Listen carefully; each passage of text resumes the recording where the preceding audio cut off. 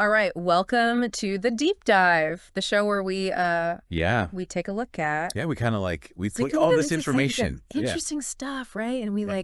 we really try to get to the heart of it, give you Mhm. those like super valuable Exactly. And quickly. fast, right? So you Yeah. can you can walk away feeling like, okay, Yeah. actually I learned something. I really got something out of that. Right, exactly. Hmm. So today we are diving into Today's a good one. it is a good one, A yeah. really good one. Arthur Schopenhauer, Oh, yeah. this guy. He had some Schopenhauer. really kind of counterintuitive Very counterintuitive. ideas about thinking Well, I mean, for yourself, right? it's funny because he's like the ultimate Yeah. thinker, right? Like that's what he's known for. Right. But he has a very specific way of thinking about thinking. Yes. And Like how to do it properly. yeah, and so we're looking at Yeah. we've got some excerpts from his work. Exactly. Yeah. And I think a lot of us can relate to this, right? Like Oh, absolutely. This is so relevant. just inundated with information all the time, right? Oh my gosh, yeah. Mm. It's like drinking from a fire hose. Right. Yeah. And I think, even for me personally, I'm always thinking like, Mm-hmm. okay, how do I Yeah. make sense of this? Like, how do I, How do I not just Yeah. take it in, but actually understand it? yeah, how do I make it mine? How do I remember it? Yeah, exactly. How does it become part of me? Exactly. Yeah. And that's what's so cool about Schopenhauer is he offers these Yeah. really, I don't know, kind of like surprising Yeah. takes on reading, learning, Yeah. and really just like the value Yeah. of our own in thought. Yeah, our own minds. And I Yeah. think, this is one of those things where this might be a little counterintuitive to what a lot of people think about, Oh yeah, for sure. learning. Right. He immediately kind of Yeah. throws down this gauntlet, right? Yes. Where he says, Yeah. he makes this comparison between uh, like a huge disorganized library Right. versus a small, well-organized one, Yeah. right? And I think for you, what's the big Yeah. Well, he's basically saying, right, yeah it's not about how much, yeah you it's not about quantity. Yeah. It's about like it's not about having all this information. quality, yeah. Yeah. And not even quality in the sense of No. the information itself, but Right. how well have you taken that in? Yes, exactly. How have you structured it Yes. so that it's actually useful to you? Yeah, and how much have you thought about it? Right. Right? Like just having it in your head or having read it or whatever Doesn't mean you know it. doesn't mean you know it, right? Yeah, exactly. And I think that's such a It's such a simple such a simple amount. idea. It's so important, right? Yeah, for sure. Because I think we do that all the time where we're like, "Oh, I read that book or I saw that documentary or whatever," but I went to that lecture. right. Yeah. But have you really sat with it? Right. Can Yeah. you explain it to someone? Exactly. Yeah. And I think for Schopenhauer, he really hits on this idea. He really makes a big deal out of this distinction between Yeah. thinking Yeah. and reading. Right. And he says that, you can choose to read something, Right. right? Like I can pick up a book and I can choose to read it, right? You can choose to learn something. You can choose to go to a lecture and learn something. Yeah. But thinking is Yeah. it's involuntary. Yes. It's it's this other thing. It's like this thing that's It's like breathing almost. yeah, it just kind of it happens. Yeah. It's Yeah. it needs a spark. Yeah. It needs a spark. It needs an internal drive. Right. Yeah. It's like It's like you can't just decide to have a brilliant thought. Yeah. It's like it comes to you if Right. it wants to come to you. and it comes to you because of you're genuinely interested in something. Yes. It's something Yeah. that you're passionate about, you're curious about, Right. and that makes your mind Yeah. go to work on it. Yeah. And so it makes you think, right? Yeah. Like how much of the stuff that we think we know Right. is Yeah. actually just other people's faults. Right, exactly. All right. Is it really ours or is it just Yeah. something we've absorbed? Yeah. And I think, this leads into a really interesting. Yeah, he's got this great analogy about this. Yeah. He talks about Yeah. grading being like a seal pressed onto wax. Yes. Where it's It's like, okay, the image is there, mhm. the thoughts are imprinted, Right. but are they really Yeah, but are they really? aligned with your own Yeah. way of seeing things? Yeah. It's like they're just kind of You know, Yeah. It's kind of like this forced entry of ideas, Yeah. right? It's not like Forced, yeah. an organic growth. Yeah, exactly. And so he's kind of saying like, be mindful of just like accepting everything you read, you know?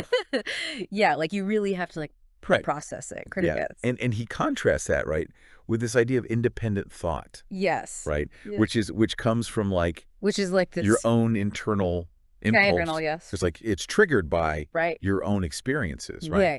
Your memories. It's like the world around you is like, Your curiosity about the world, yeah, right? yeah.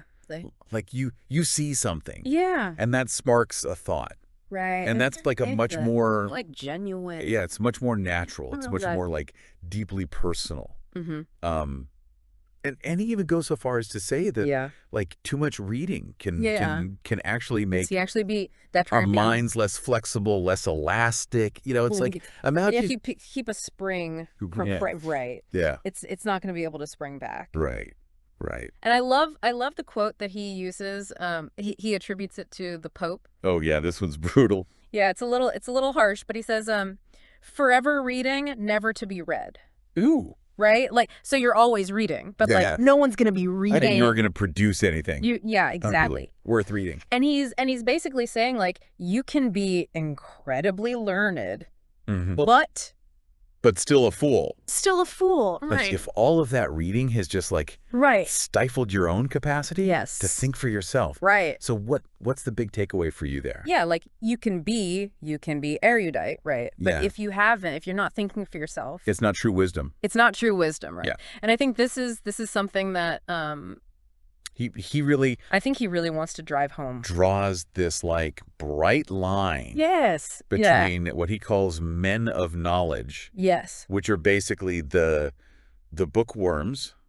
Yeah, like the people who Yeah, the people who have all this knowledge. it's just like, Yeah. accumulated it. Yeah. Right. Versus The thinkers. yeah, or men of genius, The men of genius. as he calls them. Right. He's like, these are the Like, ones yeah. who like go to the Yeah. book of nature To the book of nature. directly. Right. Yeah. They look at the world. They don't Can need experience things. Yeah, they don't need someone to like tell them. Yay. Think about it, Yeah. what it means. Yeah, right. They come to their own And those are the ones, he says, who Yeah. actually advance. understanding. Yeah. And I think, he uses some Oh yeah, he uses it. really vivid analogies to kind of like illustrate this. Oh yeah, some of these are so good. And I think one of my favorites That's is, your favorite one? well, he compares reading someone else's thoughts to like Yeah. eating leftovers. Ooh, that's a good one. Right. Or like Yeah. wearing hand-me-down clothes. Yeah, right, yeah. Like it's secondhand. it's like it's not the real thing. Right. It's not It's not fresh. it's not as good. It's not vital. Right. It's not it doesn't have that same Yeah, it's not as like life to it. alive, Yeah, right? yeah, Like well, you want the fresh stuff. You want the home cooked meal, Right. not the leftovers. And he also uses this this analogy of like a fossilized plant, Oh yeah, that's a good one too. right, versus a living one. Yeah. And he's like, that's the difference between secondhand knowledge Yeah. and like original thought. Right. Yeah. Yeah. Like secondhand knowledge is like Yeah.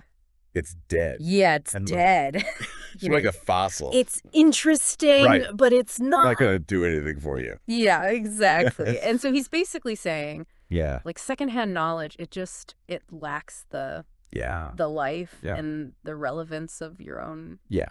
insights. So he sees reading largely as like a substitute. Yeah, like when Right. like when you're not having. Yeah, when your Yeah. own mental wellspring is like dry. Right. You pick up a book. I think he's He's not saying that reading is bad. right. Like he's not It's not inherently bad. right. Yeah, but But you don't want it to be the only. yeah, he's saying like if There. you rely on it too much, Right. if you become like addicted to it, Yeah, if you're only reading other people's believe. thoughts, then you're just then not you gonna go- you're not gonna develop develop your own. capacity to think. And he calls it. He has this great line where he says, "Picking up a book just to avoid engaging with your own mind Oh yeah, is a sin against the Holy Ghost." yeah. That's a right. So he's like, he's not messing around here. No, he's not. He's serious about this. Yeah, he's like, He's like, you are rejecting. you're rejecting The the potential of your own Did intellect. your own mind. Right. Right. For like For this like, this diluted version. yeah, this diluted version that you're getting from a book. It's like choosing a photograph of a beautiful landscape. Yeah, exactly. Over experiencing the real thing. Over going there. Yeah. And experiencing it yourself. Right. That's Right. exactly. And so all of this, Yeah. all of this kind of like Oh. leads to his big point, which is like Mhm. the value of knowledge that you arrive at through your own thinking. Yeah, like when you actually engage with something, wrestle with it, Yeah. and you come to understand it, like yourself. It becomes like It becomes part of you. deeply integrated. Yeah, so you're not just your existing knowledge. Yeah. Like it's connected. Yeah. It's fully grasped Yeah. with all of its implications. Yes. It's like it's infused with your own perspective and crucially, Yeah. it's like Yeah. readily accessible. Accessible, yeah, when you need it. Yes. You know, it's not just like this Yeah, it's not just this thing you read thing you read. that you kind of vaguely remember. And you're like, oh yeah, I think I read that somewhere. It's like, it's there. Yeah, it's there for you. Yeah. It's a living Yes. part of your Like a living part of mental landscape. mental landscape. Yeah. It's like the difference between like memorizing directions Right. and actually navigating a city yourself. Yes. Right. You gain a much deeper understanding. Understanding Yeah. when you're the one When you've done the work. yeah, who's doing the work. Right. And he brings in this he brings in Goethe. Yeah. Right. And he makes this point about truly owning Yeah. your inheritance. Right. Right. Like you have to really own it. acquire it Yeah. and apply it. Apply it. Yeah. Like it's not just this Right. thing that's given to you. Yeah. You have to make it You have to earn it. yours Yeah. through your own effort. And that's really, I think, the heart of what he's.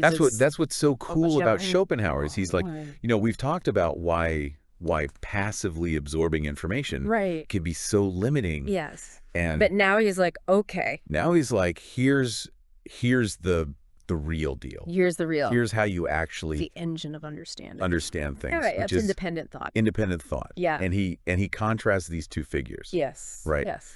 He's got the self-thinker The self that's versus the yeah. book philosopher. A book philosopher. And the self-thinker, he says, yeah. starts by forming their own opinions. opinions, right? Yeah. They're like, they come to their own understanding first, Right. and then maybe they look to like, yeah, they'll consult the authorities, see if like their ideas are supported, right. but it's not like that's not their primary driver. yeah, they're not. You know, their primary driver is like their own internal compass comprehension, right? You know, it's like so it's almost like you form your understanding, yeah. and then you look for validation. Oh, right. Right. Exactly. Yeah. But- and I think that's so Yeah. counterintuitive to how we usually think about it. Yeah, like we usually think, okay, well, you read the books and then you form your understanding. Right. Right. Yeah. But he's like, no. Like you should be It should be the other way around. thinking for yourself first. Yeah. And then seeing if like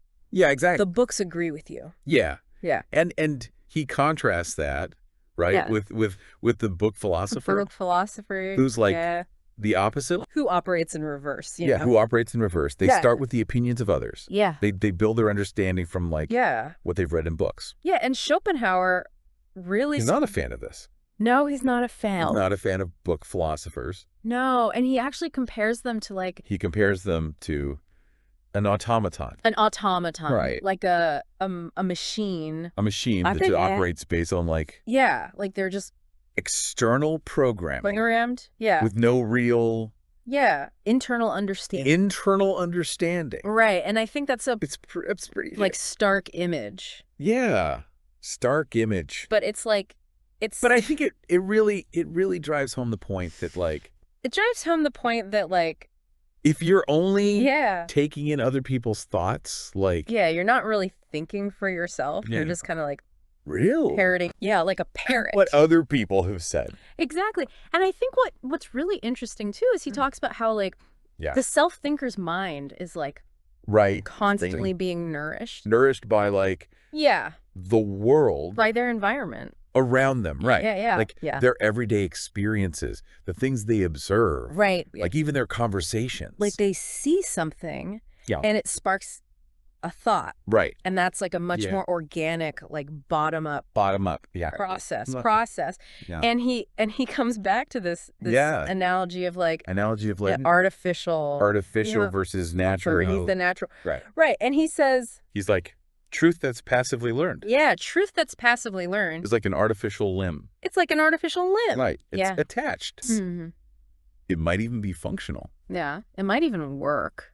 But it's not really part of you. Part of you. Right. It's not integrated. It's like, whereas truth that you arrive at through your own thought through your own is like a natural limb. It's integral to your being. Yeah, part of you. Right. Yeah. Like, so the knowledge that you create yourself is way more. Yeah, it's way more connected. Yeah, it's way more useful. Yeah. And he extends this even further, right? He talks about. Yeah, he talks about intellectual acquisitions. Right. Right. Yeah, and he says. And he says for the self-thinker, all of their like accumulated knowledge is like a vibrant painting. A vibrant painting. Right. Full of life with all these elements harmonizing. Working together. Yeah, yeah. But the mind of someone who just reads a lot is more like a painter's palette. A painter's palette. Right. Yeah. Where they've got all these colors laid out. Yeah, like maybe neatly arranged. Yeah, they're all there. But there's no coherent composition. There's no meaning. Right. And I think what's fascinating about that. So it's really emphasizing like the interconnectedness. Interconnectedness, yes. And the meaning. Personal meaning. That you bring to it. That you bring to your own understanding. And he really underscores this idea that it's like if you're constantly reading. Yeah. Without taking time to process it. Yeah, without allowing time for reflection. Yeah. For your own independent thought. Right. To kind of like it's like you're just putting all these things in your head. Yeah, you're just like shoving. But they're not connecting. Yeah, you're not connecting the dots. Right. And so he says, this can prevent you from developing like a coherent framework. Intellectual framework. Right. Like if you were trying to build a house with materials from like 100 different. Like 100 different. Demolished buildings. Yeah, right. Like they're not going to fit together. Right. Expert speaker. Guys, see you in another podcast. Don't forget to subscribe to our channel.